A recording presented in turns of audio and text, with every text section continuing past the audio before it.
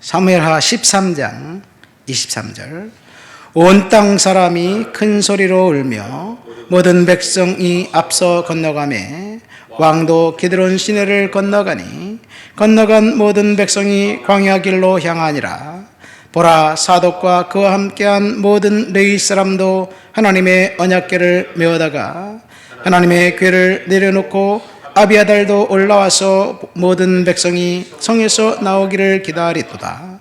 왕이 사독에게 이르되, 보라, 하나님의 궤를 성읍으로 도로 메어 가라. 내가 만일 여호와 앞에서 은혜를 입으면 도로 나를 인도하사 내게 그 궤를와 그 계신들을 보이시리라. 그러나 그가 이와 같이 말씀하시기를 내가 너를 기뻐하지 아니한다 하시면 종이 여기 있사오니 선히 여기시는 대로 내게 행하시옵소서 하니라. 왕이 또 제사장 사독에게 이르되, 내가 선견자가 아니냐? 너는 너의 두 아들 곧 내 아들 아히마스와 아비아달의 아들 요나단을 데리고 평안히 성읍으로 돌아가라. 너희에게 내게 알리는 소식이 올 때까지 내가 광야 나루터에서 기다리리라 하니라. 사독과 아비아달이 하나님의 궤를 예루살렘으로 도로 메어다가 놓고 거기 머물러 있으니라. 아멘. 사무엘하 15장 23절부터 읽었지만 사무엘하 15장은 압살롬의 반역을 다루고 있습니다. 이 압살롬의 반역을 다루는 이 부분은 우리가 단숨에 읽어 내려갈 내용이 아닙니다. 여기서 우리는 죄에 대한 철저한 응징을 하나님을 통해서, 다윗을 통해서 배우게 되어야 될 줄 믿습니다. 다윗은 사실 하나님의 마음에 합한 사람이었지요. 그는 예배에 열심이었고 하나님이 싫어하는 죄는 그저 거부했던 그런 사람이었습니다. 그런데 한순간의 방심이 하나님과의 친밀함을 잃어버렸고 어둠 속에 빠지게 되었고 간음자가 되었고 결국은 살인자가 되어버렸습니다. 밧세바 사건을 하나님이 심각하게 다루신 일은 그가 다른 사람의 아내였기 때문이기도 했지만 그가 단순히 간음하지 말라는 이제 7계명을 어긴 것만이 아니었습니다. 이 우리아의 아내였기 때문에 우리아를 죽인, 충신을 죽인 그 살인죄가 아울러 이제 진행되었습니다. 또 다른 사람의 아내였기 때문에 이웃의 집이나 아내나 전토나 그것을 탐하지 말라고 성경 10계명 10번째 이야기했기 때문에 10계명을 어긴 것이고, 도둑질한 8계명을 어긴 것이고, 살인한 6계명을 어긴 것이기도 합니다. 거짓 증거를 함으로써 9계명을 어겼고요. 이 죄를 지었기 때문에 부모의 그 불명예를 안겨주어서 5계명을 어겼습니다.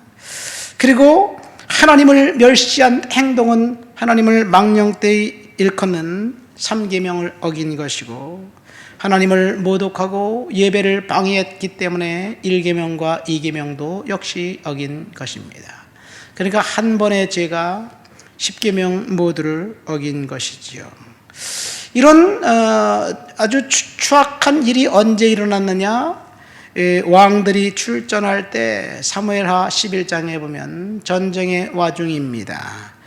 다윗은 의당 있어야 할 자리에 있지 않았고 늦게까지 잠을 자다가 오후에 침상에서 일어나 왕궁 옥상에 올라가 저 멀리 목욕하는 여성을 뚫어지게 쳐다보므로 간음죄가 시작되었습니다. 왜 이런 일을 저질렀느냐? 모든 일이 잘 풀릴 때 다윗이 죄를 저지른 것이죠.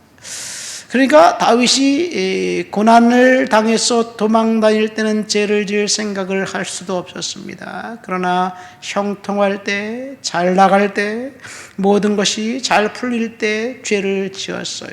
저와 여러분들에게 이것이 도전이 됩니다. 뭔가 잘 될 때 거기에 사탄의 공격이 있습니다.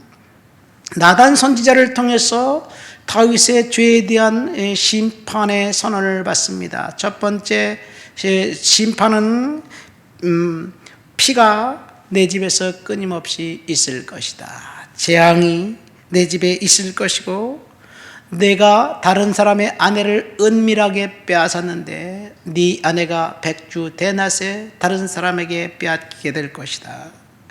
그런 이야기를 했습니다. 이것이 첫 번째 재앙이고, 두 번째 재앙은 간음을 통해서 태어난 아들은 반드시 죽게 될 것이다.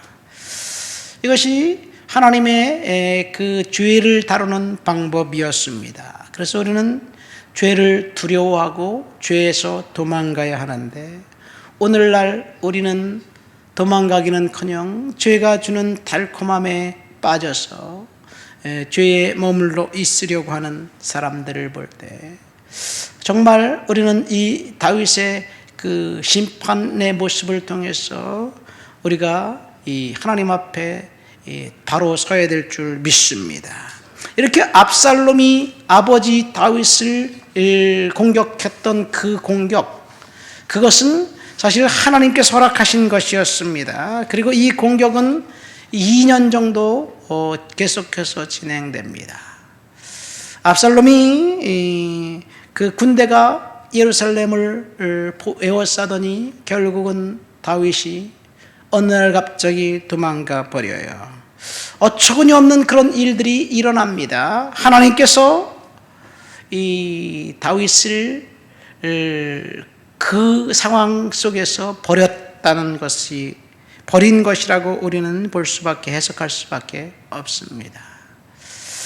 죄의 대가는 철저하고 죄의 대가는 아주 사무치도록 저주입니다. 다윗이 도망갈 때 후궁 10명을 남겨두었는데 그 후궁 10명을 이 압살롬의 그 어드바이저 아히도벨이 모략을 꾸며서 그 후궁들을 간음하게 만듭니다. 그 이유는 그 후궁들을 성적으로 유린하면 아버지 다윗과 압살롬이 확실히 선을 그은 것이라고 알고 이왕 배반한 사람들이 끝까지 압살롬을 따를 것이다 하는 그런 조언에 의해서 그런 일을 벌였습니다. 두 번째 오늘 본문을 통해 생각해 볼 것은 우리가 읽진 않았지만 19절부터 23절까지 가드 사람 이때라는 사람이 등장합니다. 다윗이 도망할 때 다윗의 신하들 몇 명이 따라갔어요. 그리고 대부분의 사람들은 시대의 조류에 따라서 압살롬에게 아부하게 됩니다. 근데 18절에 보면 가드 사람 이때와 600명의 가드 사람들이 다윗을 호위하기로 결정하고 다윗을 따릅니다. 여러분, 가드 하면 블레셋입니다. 가드 하면 생각나는 사람이 누가 있나요? 이 골리앗이 블레셋 사람이고 가드 사람입니다. 사실 블레셋은 그 사무엘 이전에 출애굽하고 난 다음부터 이스라엘이 생기기 전 약 200년 동안 그 가나안 땅에 정착한 이스라엘 백성들을 계속해서 공격했고, 그리고 바벨론에 멸망할 때까지 블레셋이 이스라엘과 유다에게 아주 치명적인 약점이 되어서 이스라엘의 3대 적이 애굽과 블레셋과 바벨론이라고 할 수 있습니다. 블레셋은 이렇게 그 이스라엘을 철저히 거부했던 그런 사람들인데, 블레셋에 5개 도시가 있어요. 가드, 가사, 아스돗, 에그론, 아스글론, 이런 도시가 있어요. 이 도시에는 철이 풍부하게 생산되었고 무기를 가지고 이스라엘을 끊임없이 괴롭혔습니다. 그런데 어떻게 가드 사람들이 600명이나 다윗을 철저히 보호하고 옹호했을까? 이것이 아이러니입니다.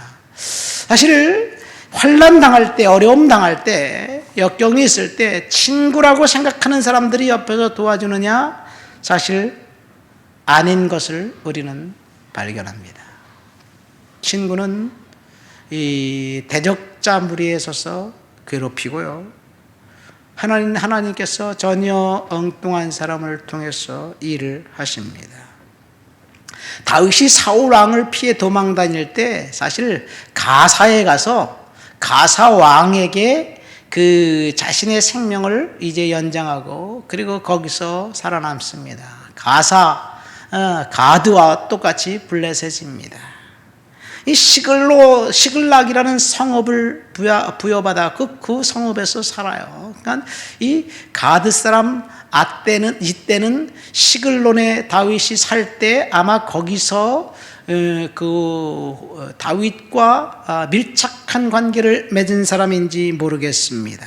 그러나 다윗이 힘든 시기에 하나님은 전혀 생뚱맞은 사람들을 통해서 보호하셨다는 이야기, 이것이 오늘 본문을 통해서 저와 여러분들에게 은혜가 됩니다. 세 번째 본문을 통해서 알 수 있는 것은 오늘 우리가 이 언약궤 법궤를 메고 갈 것이냐 놔둘 것이냐 이것에 대한 이야기를 읽었어요.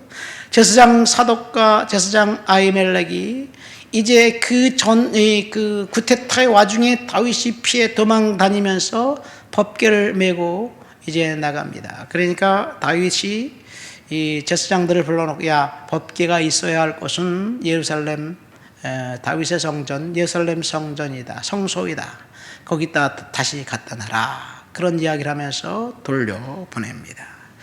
왜냐하면 법궤는 전쟁의 소용돌이에서 그 도망 다닐 물건이 아닌 것을 알고 있었기 때문에 그렇습니다. 법궤는 하나님의 임재의 상징이기 때문에 하나님을 온전히 섬기겠다는 이야기에, 내가 고난당해도 하나님께서 이제 모든 것들을 피하게 하고 난 다음에 내가 법궤에 있는 그곳에 가서 하나님 앞에 예배하겠다는 그런 마음이에요. 근데 사실 법궤가 그랬나요? 엘리의 두 아들 제사장 홈리와 비느하스가 전쟁에 법궤를 메고 나갔다가 블레셋에 빼앗깁니다. 블레셋에게 빼앗겼을 때 그때 그 사람들이 생각했던 그 법궤는 하나님의 임재의 상징이 아니라 부적과 같은 그런 물건이었기 때문에 그렇죠. 이 법궤가 블레셋의 에글론에 있는데, 이 법궤가 있으면 그 법궤가 축복인 줄 알았더니 블레셋은 저주가 임했습니다.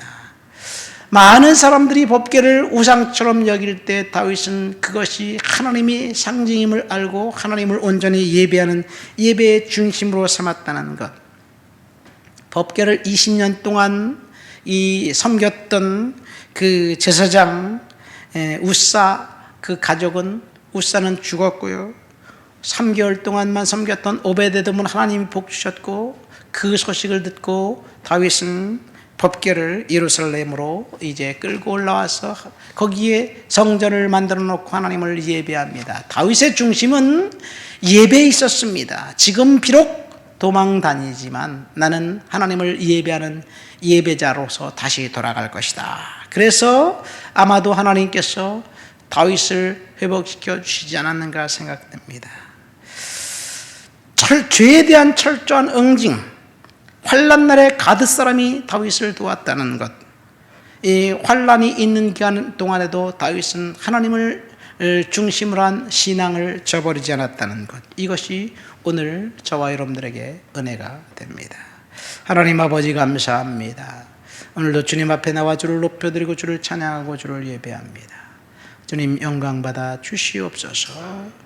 하나님, 우리가 환난을 당할 때 하나님께서 가드 사람 이때를 통해서 다윗을 도와주었던 것처럼 하나님의 은혜와 긍휼이 우리의 인생 가운데 완벽하게 개입해 주실 것을 믿습니다.